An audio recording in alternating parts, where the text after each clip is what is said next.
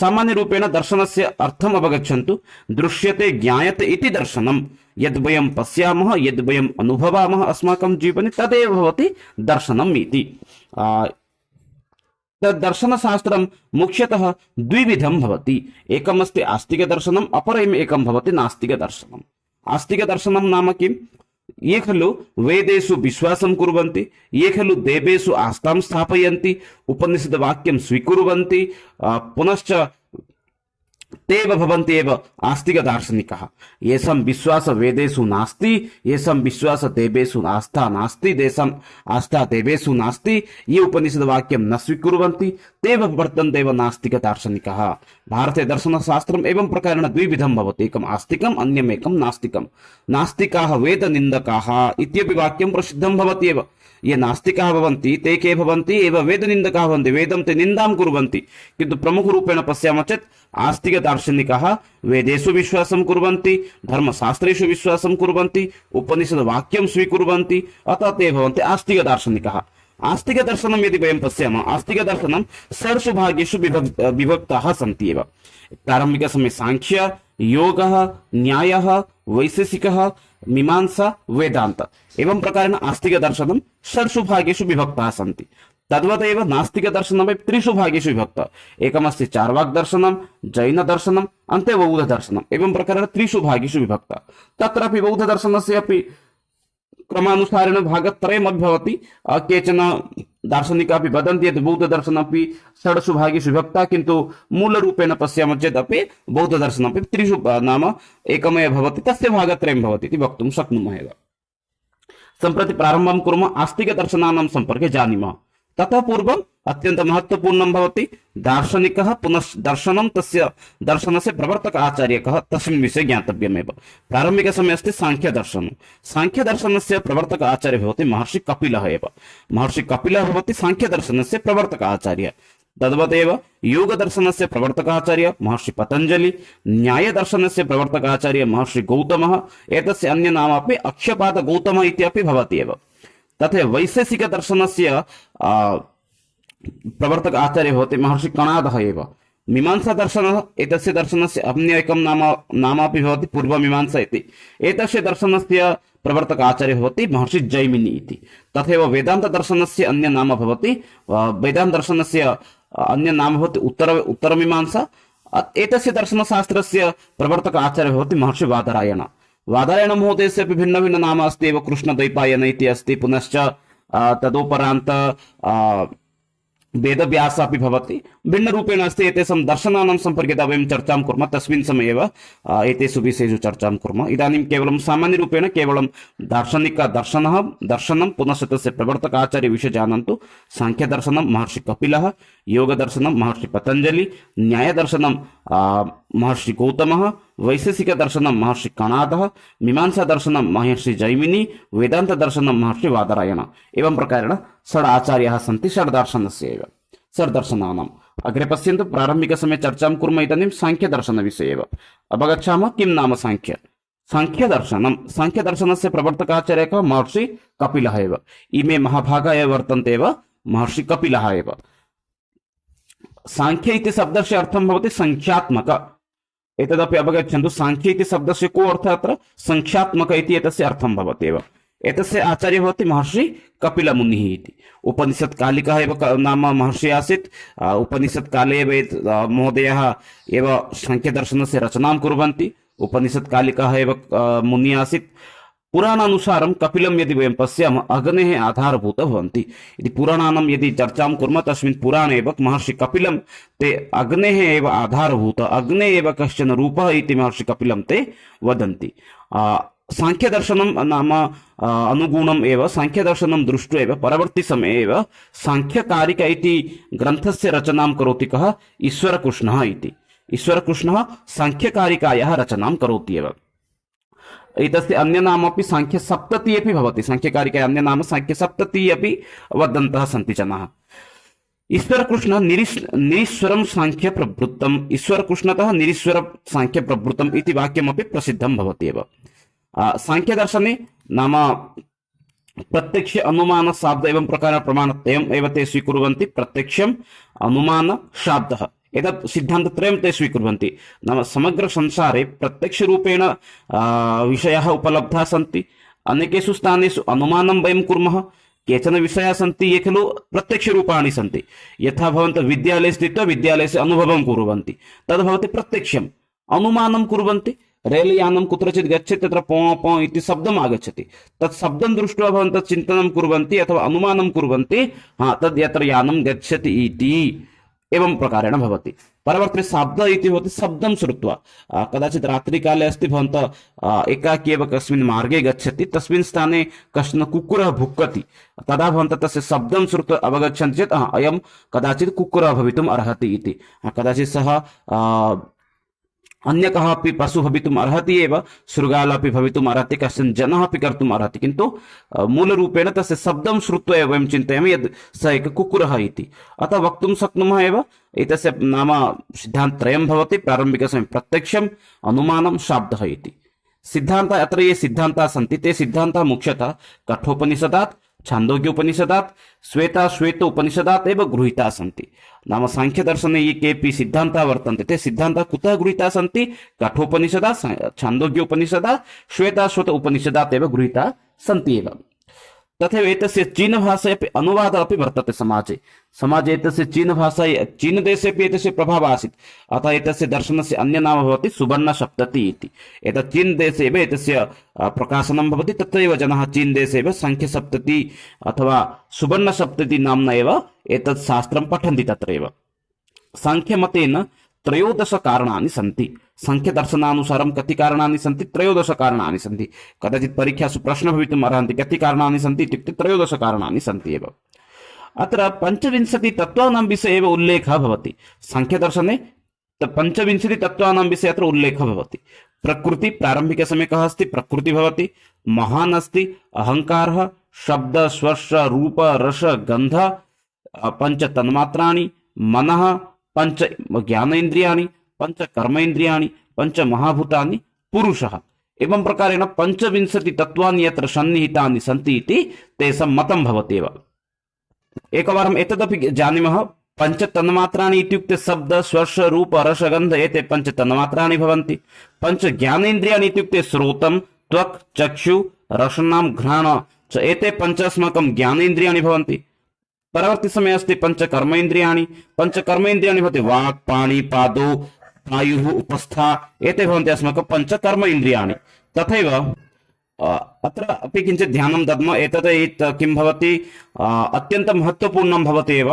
नाम 25 तत्त्वानां विषये बहुषु परीक्षासु आगच्छति एव, अतः स्मरणे स्थापयन्तु। प्रकृति, महान्, अहङ्कारः, शब्द, स्पर्श, रूप, रस, गन्ध, 5 तन्मात्राणि एते वर्तन्ते। नाम शब्द, स्पर्श, रूप, रस, गन्धः। अनन्तरं मनः, 5 ज्ञानेन्द्रियाणि भवन्ति। ज्ञानेन्द्रियाणि भवन्ति श्रोतं, त्वक्, चक्षु, रसना, घ्राणं। तथैव 5 कर्मेन्द्रियाणि भवन्ति वाक्, पाणि, पादौ, पायु, उपस्था।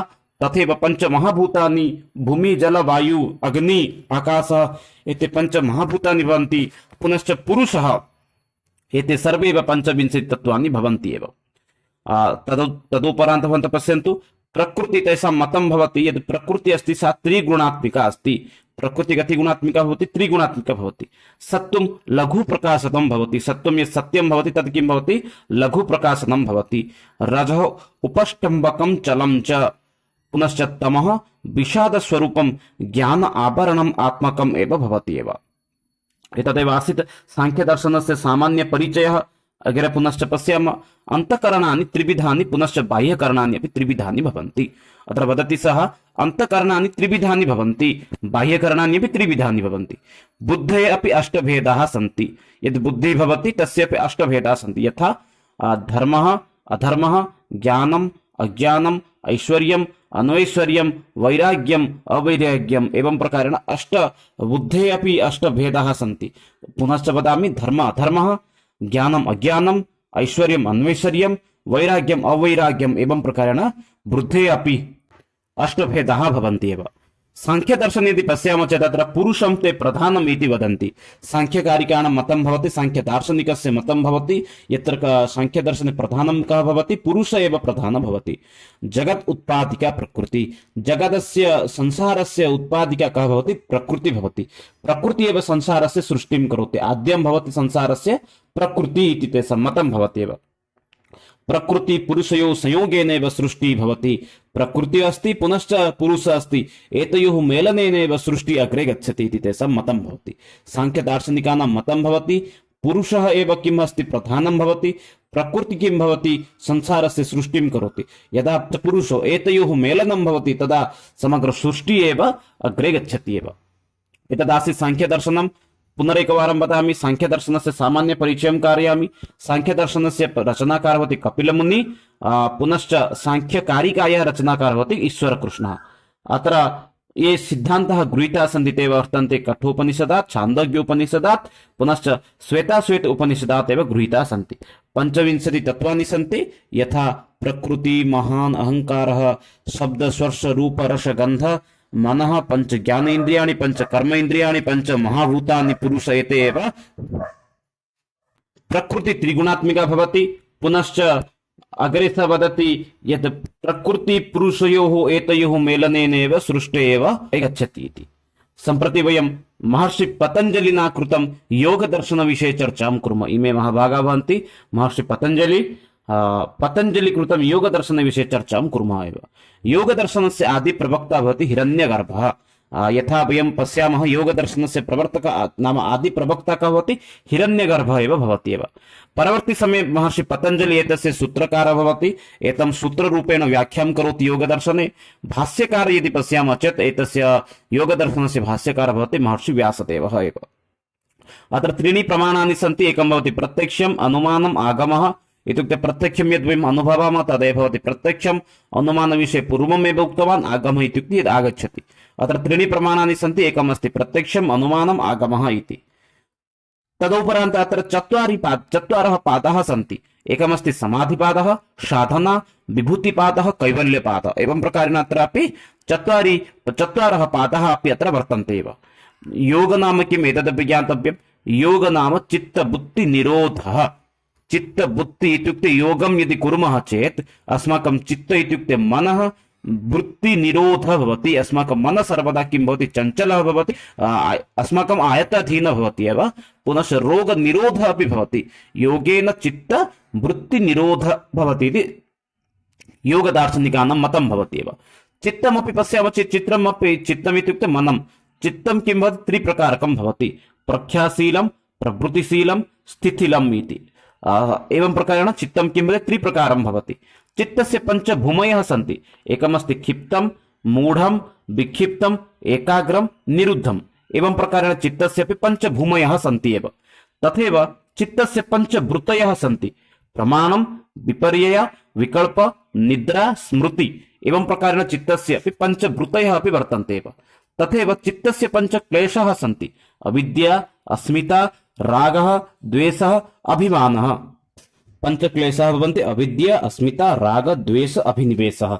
एवं प्रकारेण पंच क्लेशः। क्लेशः इत्युक्ते कष्टः।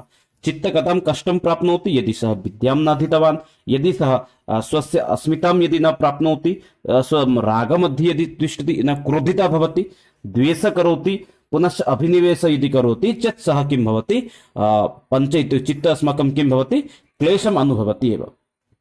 तथैव चित्तं किं भवति, त्रिप्रकारं भवति एव। प्रारम्भिकसमये उक्तवान् एव। प्रख्याशीलं, प्रवृत्तिशीलं, स्थितिलम् इति। एवं प्रकारेण चित्तम् इत्युक्ते मनः अस्माकं त्रिप्रकारं भवति एव। योगस्य 8 अङ्गानि सन्ति एव। एतदपि ज्ञातव्यं भवति। योगस्य 8 अङ्गानि सन्ति। यमः, नियमः, आसनः, प्राणायामः, प्रत्याहारः, धारणा, ध्यानं, समाधि। एवं प्रकारेण योगस्य 8 अङ्गानि सन्ति एव। यमः, नियमः, आसनः, प्राणायामः, प्रत्याहारः, धारणा, ध्यानं, समाधि। एवं प्रकारेण 8 अङ्गानि सन्ति एव। अत्र यमः, पञ्चयमः सन्ति। के नाम पञ्चयमः? अहिंसा, सत्यम्, अस्थेयं, ब्रह्मचर्यम्, अपरिग्रह। एते पञ्चयमः सन्ति एव। तथैव योगदर्शने षड्विंशति तत्त्वानि सन्ति। तत्र सांख्यदर्शने वयं पञ्चविंशति विषये चर्चितवन्तः, अत्र षड्विंशति एव भवति। तत्र ये सन्ति अत्रापि ते वर्तन्ते। यथा प्रकृतिः अस्ति, तत्रैव प्रकृतिः आसीत्। महत्त्वं इत्युक्ते महान् इति भवति। अहङ्कारः, मनः, पुरुषः, पञ्च अभवत्। पञ्च ज्ञानेन्द्रियाणि, पञ्च कर्मेन्द्रियाणि, पञ्च महाभूतानि, पञ्च तन्मात्राणि, अन्ते अस्ति ईश्वरः। अन्तिमे काले एते ईश्वरमेव स्वीकृतवन्तः। षड्विंशति तत्त्वे तेषां कः भवति? ईश्वरः भवति एव।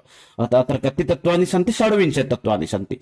पञ्च ज्ञानेन्द्रियाणि, पञ्च कर्मेन्द्रियाणि, पञ्च तन्मात्राणि, पञ्च महाभूतानि, पुनश्च प्रकृति, महत्त्वम् अथवा महान्, अहङ्कारः, मनः, पुरुषः, ईश्वरः। एते पञ्च षड्विंशति तत्त्वानि एव भवन्ति एव। योगदर्शने पञ्च प्राणाः सन्ति।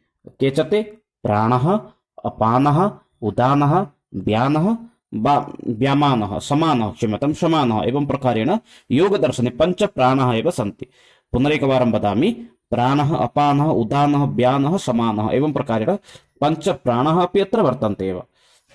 अष्टसिद्धयः सन्ति। अणिमा, लघिमा, महिमा, प्राप्ति, प्राकाम्य, ईशित्वं, वसित्वं, गरिमा। एवं प्रकारेण अपि अष्टसिद्धयः अपि अत्र वर्तन्ते एव। मित्राणि, एतदेव आसीत् योगदर्शनसम्पर्के। पुनरेकवारं सामान्यरूपेण वदामि, योगदर्शनस्य प्रवर्तकः भवति हिरण्यगर्भः। महर्षि पतञ्जलि एव एतस्य भाष्यकारः भवति एव। अत्र त्रीणि प्रमाणानि सन्ति। पुनश्च अत्र चत्वारः पादाः अपि सन्ति। समाधिपादः, साधनापादः, विभूतिपादः, कैवल्यपादः। योगस्य अर्थं किं भवति? योग नाम चित्तबुद्धिनिरोधः इति भवति एव। अत्र प्रमाणानां संख्या भवति षड्विंशति एव। सामान्यरूपेण पञ्च ज्ञानेन्द्रियाणि, पञ्च कर्मेन्द्रियाणि, पञ्च तन्मात्राणि, पञ्च महाभूतानि, पुनश्च अत्र मुख्यम् आगच्छति ईश्वरः, प्रकृति, महान्, पुनश्च अहङ्कारः, मनः। एते भवन्ति। अन्ये एव पञ्च आहत्य संख्या भवति षड्विंशति इति। परवर्ती समये भवन्तः पश्यन्तु, अक्षपाद गौतमेन विरचितं न्यायदर्शनसम्पर्के चर्चां कुर्मः एव। अक्षपाद गौतमेन विरचितम् अथवा गौतम महर्षि द्वारा विरचितं न्यायदर्शनविषये सामान्यरूपेण अवगच्छन्तु एव। प्रवर्तक आचार्य यदि पश्यामः चेत् अत्र प्रवर्तक आचार्य भवति अक्षपाद गौतमः, तस्य अन्यनाम अस्ति महर्षि गौतमः। नियते विवक्षितार्थः अनेन इति न्यायः। नियते विवक्षितार्थः अनेन इति न्यायः। अत्र षोडश पदार्थाः सन्ति। यथा प्रमाण, प्रमेय, संशयः, प्रयोजनं, दृष्टान्तः, सिद्धान्तः, अवयवः, तर्कः, निर्णयः, वादः, जल्पः, वितण्डता, हेत्वाभासः, छलः, जाति, निग्रहस्थानम्। एवं प्रकारेण षोडश पदार्थाः अत्र उल्लिखिताः सन्ति एव। पुनश्च अत्र चत्वारि प्रमाणानि अपि सन्ति। प्रमाणानां संख्या भवति चत्वारि। प्रत्यक्षम्, अनुमानम्, उपमानं, शाब्दः। एवं प्रकारेण चत्वारि प्रमाणानि अपि सन्ति एव। प्रमाणानां संख्यावन्तः द्रष्टुमर्हन्ति। प्रमाणसंख्या चत्वारि इति भवति। के चे चत्वारि भवन्ति इत्युक्ते केते चत्वारि प्रमाणानि भवन्ति नाम प्रत्यक्षम्, अनुमानम्, उपमानं, शाब्दः। प्रत्यक्षं विषये जानन्ति, अनुमानं विषये जानन्ति, शाब्दविषये अपि जानन्ति एव। इत्युक्ते अत्रापि तथैव यथा अन्येषु दर्शनेषु प्रमाणत्रयमासीत् तथा नास्ति, अत्र प्रमाणचतुष्टयं वर्तन्ते एव। तथैव परवर्ती समये अस्ति द्वादश प्रमेयम्। द्वादश प्रमेयानि सन्ति। के च द्वादश प्रमेयानि? आत्मा, शरीरम्, अर्थः, वृद्धि, अपवर्गः, मनः, इन्द्रिय प्रवृत्ति, द्वेषः, प्रत्यभावः, फलं, दुःखम्। एवं प्रकारेण द्वादश प्रमेयाः अपि अत्र वर्तन्ते एव। तथैव न्यायदर्शने चत्वारः सिद्धान्ताः अपि अत्र सन्ति। यथा सर्वतन्त्र सिद्धान्तः, प्रतितन्त्र सिद्धान्तः, अधिकरण सिद्धान्तः, अभ्युपगम सिद्धान्तः। न्यायदर्शने पंचकर्मणि अपि सन्ति। यथा उत्क्षेपणम्, अपक्षेपणम्, आकुञ्चनम्, प्रसारणम्, गमनम्। एवं प्रकारेण न्यायदर्शने पंचकर्मणि अपि सन्ति एव। न्यायदर्शने पदार्थानां संख्या भवति 7। द्रव्यं, गुणः, कर्मः, सामान्यः, विशेषः, समवायः, अभावः। एवं प्रकारेण 7 पदार्थाः अपि अत्र सन्ति एव। पुनरेकवारं सामान्यं चर्चां कुर्मः एव। न्यायदर्शनस्य प्रवर्तक आचार्य भवति सः भवति अक्षपाद गौतम अथवा महर्षि गौतमः एव। नियते विवक्षितार्थ अनेन इति न्यायः। अत्र प्रमाणानां संख्या भवति 16 एव।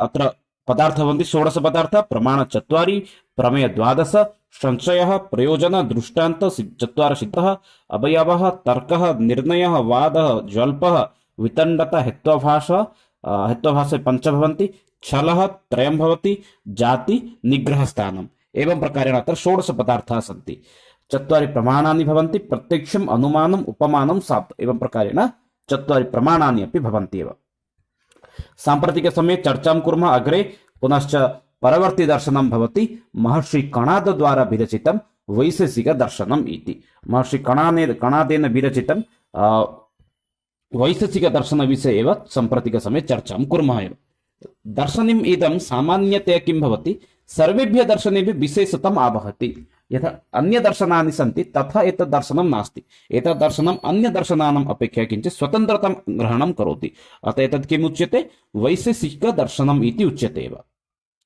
विशिष्यते सर्वतः व्यवच्छिद्यते येन सः विशेषः इत्युक्ते विशिष्यते विशेषतां स्वीकरोति सर्वतः अन्यदर्शनानाम् अपेक्षया एतत् दर्शनं किमिति सामान्य विशेषताम् आवहति एव विशेषतां स्वीकरोति एव एतस्य अन्यनाम अपि भवति औलिक्यकाणदानि इति यतोहि तस्य अन्यनाम अस्ति एव औलिक्यदर्शनम् इति अपि एतस्य दर्शनस्य अन्यनाम भवति वैशेषिकदर्शनस्थाने अपि केचन जनाः औलिक्यदर्शनम् इत्यपि वदन्ति परवर्ती समये महर्षि कणादस्य अन्यनाम अपि अस्ति एव कणभुक् इति स कणं भुक्त्वा एव सः स्वजीवनं यापितवान् अतः कणभुक् इति अपि तस्य अन्यनाम भवति भौतिकविज्ञानस्य प्रवर्तकः भवति एव महर्षि कणादः अस्मिन् दर्शने यदि वयं पश्यामः प्रमाणद्वयं भवति एकमस्ति प्रत्यक्षम् अन्यम् एकं ते वदन्ति अनुमानम् इति यथा साङ्ख्यदर्शने प्रमाणत्रयम् आसीत् योगदर्शने तथैव प्रमाणत्रयम् आसीत् किन्तु न्यायदर्शने वयं प्रमाणचतुष्टयं दृष्टवान् किन्तु अत्र वैशेषिकदर्शने वयं प्रमाणद्वयमेव पश्यामः एव एतत् उपमानशब्दप्रमाणे अनुमान एवम् अन्तर्भवतः एतत् प्रमाणद्वयं किं भवति एकमस्ति उपमानशब्दप्रमाणे अनुमान एवम् अन्तर्भवतः भवति एव एकम् उपमानशब्दप्रमाणे शब्दं दृष्ट्वा एव ते प्रमाणम् इति स्वीकुर्वन्ति अनुमानं कृत्वा अपि ते प्रमाणम् इति स्वीकुर्वन्ति एव संसारस्य प्रत्येकवस्तु स्वस्वविशेषतां भिन्नतां वा प्रतिपादयति इत्यस्य दर्शनस्य मूलध्रुवं च सत्यम् एतस्मिन् दर्शने किं वदति सः दार्शनिकः नाम संसारस्य यत् किमपि वस्तु अस्ति तत्सर्वं किं भवति नाम प्रत्येकवस्तुः एव किञ्चित् सामान्यरूपेण महत्त्वं भवति प्रत्येकवस्तु एव महत्त्वं भवति सः लोहं भवतु अथवा स्वर्णं भवतु प्रत्येकवस्तुनः एव एकमेकं स्वतन्त्रता भवति एव एतदेव एतस्य दर्शनस्य मूलं ध्रुवं सत्यं भवति वैशेषिकदर्शनस्य नाम रचनाके महर्षि कणादः इति वक्तुं शक्नुमः अग्रे पश्यामः अत्र षड् पदार्थाः गण्यते किं च ते द्रव्यं गुणं कर्म सामान्य विशेषः समवायः एवं प्रकारेण अत्र कति पदार्थाः सन्ति षड् पदार्थाः सन्ति के च ते द्रव्य गुण कर्म सामान्य विशेषः समवायः एवं प्रकारेण षड् पदार्थाः अत्र भवन्ति एव क्रियागुणवत् समवायि कारणं द्रव्यम् इति द्रव्यलक्षणम् क्रिया अनुसारं यत् कार्यं प्रचलति तदेव भवति किं नाम द्रव्यम् इत्येव उच्यते एव पृथ्वीव्याप्ते जीव आख्या आकाश कालादि आत्मा मनसि एव नवद्रव्याणि सन्ति अत्र नवद्रव्याणां सम्पर्के उल्लिखितः अस्ति पृथिवी पुनश्च द्रव्यस्य उपरि आश्रितः कश्चित् पदार्थः एव गुणः इति उच्यते एव पुनश्च रूप रस गन्ध स्पर्श संख्या परिमाण पृथकत्वं संयोगः विभागः पुनश्च परत्वम् अपरत्वं गुरुत्वं द्रव्यत्वं स्नेह शब्द बुद्धि सुख दुःख इच्छा द्वेष प्रयत्न धर्म अधर्म संस्कार एतत् प्रकारेण 24 अत्र गुणाः एव सन्ति एव परवर्ती अग्रे पश्यामः एकद्रव्यम् अगुणं संयोग विभाग स्वेष अपेक्षं कारणम् इति कर्मलक्षणम् एव भवति उत्क्षेपणम् अपक्षेपणम् आकुञ्चनं प्रसारणं गमनम् इमानि पञ्चभेदाः भवन्ति एतस्य पञ्चभेदाः सन्ति ते च वर्तन्ते उत्क्षेपणम् अपक्षेपणं पुनश्च आकुञ्चनं प्रसारणं गमनम् एवं प्रकारेण कति कर्मणः सन्ति पञ्चभेदाः एतस्य सन्ति एव कर्मणः पञ्चभेदाः भवन्ति एव परवर्ती समये अस्ति नित्यम् अनेक समवेतं च सामान्यम् इति सामान्यं लक्षणं भवति लक्षणं नाम किं नित्यम् अनेकं समवेतं च सामान्यरूपेण लक्षणं भवति परं सामान्यमपि द्विविधं भवति एकं भवति सामान्यमपि द्वौ भेदः भवति, एकं भवति नित्यद्रव्यभूतः, पुनश्च अन्य एकं भवति। अतः एवं प्रकारेण एव अस्मिन् दर्शने वैशेषिकदर्शने प्रमाणानां स्वीकरणम् एव भवति एव। सामान्यरूपेण पुनश्च वदामि, वैशेषिकदर्शनस्य अन्य नाम भवति औलिक्यदर्शनम्। एतस्य प्रवर्तकाचार्य महर्षि कणादः अथवा कणभुक् इति वदन्ति। अत्र प्रमाणद्वयमस्ति, एकमस्ति प्रत्यक्षम्, अन्यमेकमस्ति अनुमानम् इति। साम्प्रतिकसमये परवर्ती दर्शनं प्रति गच्छामः। महर्षि जैमिनि द्वारा विरचितं मीमांसा दर्शनम्। इमे महाभागाः भवन्ति महर्षि जैमिनि कृतं मीमांसा दर्शनविषये चर्चयामः एव। महर्षि जैमिनि भवति मीमांसा दर्शनस्य एव प्रवर्तक आचार्य। अत्र 12 अध्यायाः सन्ति। एतस्य अन्य नाम अपि भवति पूर्वमीमांसा इति। कर्मसन्न्यासस्य समर्थकः मीमांसकः। पूर्वमीमांसा इति कथनस्य एकम् असामान्यम् उदाहरणं वदामि। पूर्वमीमांसा मध्ये अत्र अधिकाधिक कर्मविषये महत्त्वं बोधयति। उत्तरमीमांसा इत्युक्ते उत्तरमीमांसा मध्ये वेदान्तदर्शने तत्र धर्मस्य महत्त्वमेव बोधयति। कर्मसन्न्यासिनः समर्थकः। कर्म इत्युक्ते कर्मकाण्डेषु पुनश्च कर्मेषु एव मीमांसिकः एव विश्वासं कुर्वन्ति एव। अथा तु धर्मजिज्ञासा इत्यनेन सूत्रेण दर्शनस्य आरम्भः भवति एव। पूर्वमीमांसायां यज्ञस्य प्राधान्यम् अस्ति। यदि पश्यामः चेत् मीमांसादर्शने यज्ञस्य एव अधिकं प्रधानं भवति। अत्र विद्यमानमन्त्राः यागपरकाः। अत्र एकेपि अत्र एकेपि मन्त्राः सन्ति, यत्किमपि श्लोकम् अस्ति तत् सर्वं किं भवति, यागपरकाः एव भवन्ति एव, यज्ञयुक्ताः भवन्ति एव। तथैव परवर्ती समये अस्ति मीमांसादर्शनस्य विषयः अस्ति धर्मः। धर्मविषये अत्र अपि उल्लेखः भवति एव। मीमांसादर्शने द्वौ सम्प्रदायाः, अत्र सम्प्रदायद्वयं परिदृश्यते। एकं गुरुगतसम्प्रदायः यद्भवति प्रभाकरमिश्रस्य, अन्य एकः सम्प्रदायः अस्ति भट्टसम्प्रदायः, कुमारिलभट्टस्य सम्प्रदायः भवति एव। कुमारिलभट्टस्य मतानुसारम् 11 द्रव्याणि एव सन्ति। प्रमाणान् अत्र द्रव्याणां संख्या भवति कुमारिलभट्टमतानुसारम् 11 एव। पृथिवी, जलम्, अग्नि, वायु, आकाशः, कालः, दिक्, आत्मा, शब्दः, मनः, अन्धकारः। एवं प्रकारेण 11 द्रव्याणि अत्र सन्ति एव। तद्वदेव पुनश्च भट्टमतानुसारेण भट्टमतेन किं भवति, 5 पदार्थाः सन्ति। द्रव्य, गुणः, कर्म, सामान्य, अभावः। एवं प्रकारेण 5 पदार्थाः सन्ति एव।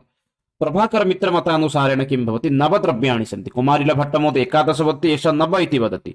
पृथिवी, जलम्, अग्नि, आकाशः, दिक्, कालः, आत्मा, मनः। एवं प्रकारेण 9 द्रव्याणि सन्ति इति तस्य मतं भवति। प्रभाकरमित्रमतानुसारम् भवति 8 पदार्थाः सन्ति। तत्र 5 पदार्थाः, अत्र 8 पदार्थाः इति वदन्ति। एकमस्ति द्रव्य, गुण, कर्म, सामान्य, समवाय, शक्ति, संख्या, सादृश्यम्।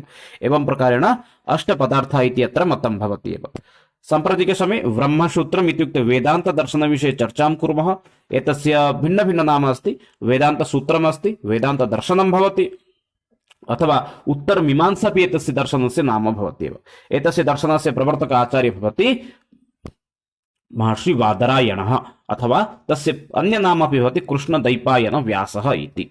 कृष्णवर्णीयः आसीत्, द्वीपेषु सः निवासं कृतवान्, अतः तस्य नाम महर्षि कृष्णद्वैपायन अभवत् एव।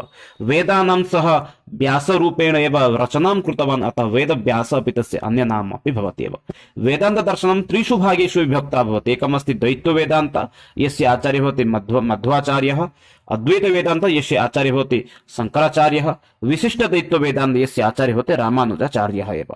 अद्वैतदर्शने 4 महावाक्यानि सन्ति। एतदपि ज्ञातव्यम्। अद्वैतवेदान्तस्य तु प्रणेताविषये वयं जानीमः एव, शङ्कराचार्य। अद्वैतवेदान्तस्य 4 महावाक्यानि भवन्ति। एकमस्ति तत्त्वमसि, क्षम्यतां, तत्त्वमसि, अत्र उपरि रेखा गच्छति, तत्त्वमसि, प्रज्ञानं ब्रह्म, अहं ब्रह्मास्मि, पुनश्च अयमात्मा ब्रह्म। एवं प्रकारेण 4 महावाक्यानि सन्ति। अत्र ये केऽपि महावाक्यानि सन्ति, यानि महावाक्यानि सन्ति, तानि सर्वाणि महावाक्यानि उपनिषत्सु एव गृहीतानि सन्ति। यथा तत्त्वमसि एतद् वाक्यं छान्दोग्योपनिषदात् गृहीतम् अस्ति। अहं ब्रह्मास्मि बृहदारण्यक उपनिषदात् गृहीतमस्ति। तद्वदेव पुनश्च अयम् आत्मा ब्रह्म एतद् मण्डूकोपनिषदात् गृहीतमस्ति। सत्यज्ञानम् अनन्तं ब्रह्म एतद् वाक्यं तैत्तिरीयोपनिषदात् एव गृहीतं भवति। तथैव सत्यमेव जयते वेदान्तदर्शनस्य वाक्यं भवति। एतत् कुतः मुण्डकोपनिषदात् गृहीतं भवति। अत्र यत्किमपि प्रसिद्धानि वाक्यानि सन्ति तानि सर्वाणि वाक्यानि उपनिषत्स्वेव गृहीतानि सन्ति। अद्वैत वेदान्ते जीव ब्रह्मणो ऐक्यं प्रतिपादितम् अस्ति। अद्वैत वेदान्ते किं भवति? जीव ब्रह्मणो एव ऐक्यं समानतम् एव प्रतिपादनं भवति एव। अद्वैत वेदान्त दार्शनिकानां मतं भवति आत्मा साक्षी भवति। एतेषां मतं भवति आत्मा एव साक्षी भवति। अद्वैत नियमानुसारं ब्रह्म नित्यं, जगत् अनित्यम्। अनित्यम् इत्युक्ते असत्यं भवति। संसारे किम् अस्ति? ब्रह्म एव सत्यं भवति, समग्र संसार मिथ्या भवति। अस्मिन् दर्शने अविद्या एव दुःखस्य कारणम्। अद्वैत वेदान्ते अथवा वेदान्त दर्शने दुःखस्य कारणं किं वदति? अविद्या। यदि सः अध्ययनं न करोति तर्हि सः दुःखमेव प्राप्नोति। वेदान्ते प्रस्थानत्रयं भवति, यथा उपनिषत्, भगवद्गीता, ब्रह्मसूत्रम्, एवं प्रकारेण प्रस्थानत्रयं भवति। ब्रह्मणः लक्षणद्वयमस्ति, एकमस्ति स्वरूपलक्षणम्, अन्यमेकमस्ति स्थललक्षणम् इति। विशिष्टद्वैतवेदान्ते विष्णु एव उपासना क्रियते। विशिष्टद्वैतवेदान्त भवतु, द्वैतवेदान्त भवतु, उभयत्र विष्णु एव उपासना भवत्येव। सामान्यरूपेण वदामि, एतस्य आचार्यः भवति कृष्णद्वैपायनः, तस्य अन्यनाम अस्ति बादरायणः अथवा वेदव्यासः इति। एतद् दर्शनं त्रिविधं भवति। एकमस्ति द्वैतवेदान्त, यस्य आचार्य मध्वाचार्यः, पुनश्च अद्वैत वेदांत यस्य आचार्य शंकराचार्यः, पुनश्च विशिष्ट अद्वैत यस्य आचार्य भवति रामानुजाचार्यः इति। अद्वैत वेदान्तीयानि प्रमुखानि वाक्यानि भवन्ति। तत्त्वमसि, प्रज्ञान ब्रह्मा, अहं ब्रह्मास्मि, अयम् आत्मा ब्रह्म। एतत् सर्वं वाक्यम् उपनिषत्सु गृहीतानि सन्ति। यथा तत्त्वमसि एतद् वाक्यं छान्दोग्योपनिषदात्, अहं ब्रह्मास्मि एतद् वाक्यं बृहदारण्यकोपनिषदात्, अयम् आत्मा ब्रह्म इति मण्डूकोपनिषदात्, सत्यं ज्ञानम् अनन्तं ब्रह्म इति तैत्तिरीयोपनिषदात्, सत्यमेव जयते मुण्डकोपनिषदात् एव गृहीतः भवत्येव। तथैव अद्वैत वेदान्ते यदि पश्यामः चेत् ते आत्मामेव साक्षिरूपेण स्वीकुर्वन्ति। ते ब्रह्म नित्य जगत् मिथ्या इति वाक्यमेव स्वीकुर्वन्ति एव। अत्र प्रस्थानत्रयं भवति, उपनिषत्, भगवद्गीता, ब्रह्मसूत्रम्। पुनश्च विशिष्ट द्वैत वेदांत, विशिष्ट अद्वैत वेदांत, द्वैत वेदांत विष्णु एव उपासना भवति। मित्राणि, अद्यतन सत्रे वयं संपूर्ण भारतीय दर्शनस्य आस्तिक दर्शन भागम् एव चर्चितवन्तः, यत्र षड् दर्शनानां सम्पर्के सामान्यरूपेण चर्चा अपि सञ्जाता। एतेषां विस्तृतविवरणं भवन्तः प्रश्नोत्तररूपेण अपि आइवटन्तः अपि द्रष्टुम् अर्हन्ति। तावत्पर्यन्तं विरमामि मित्राणि। जयतु संस्कृतं, जयतु भारतं, वदतु संस्कृतं, जयतु भारतं, वन्दे मातरं। धन्यवादः मित्राणि, नमस्कारः।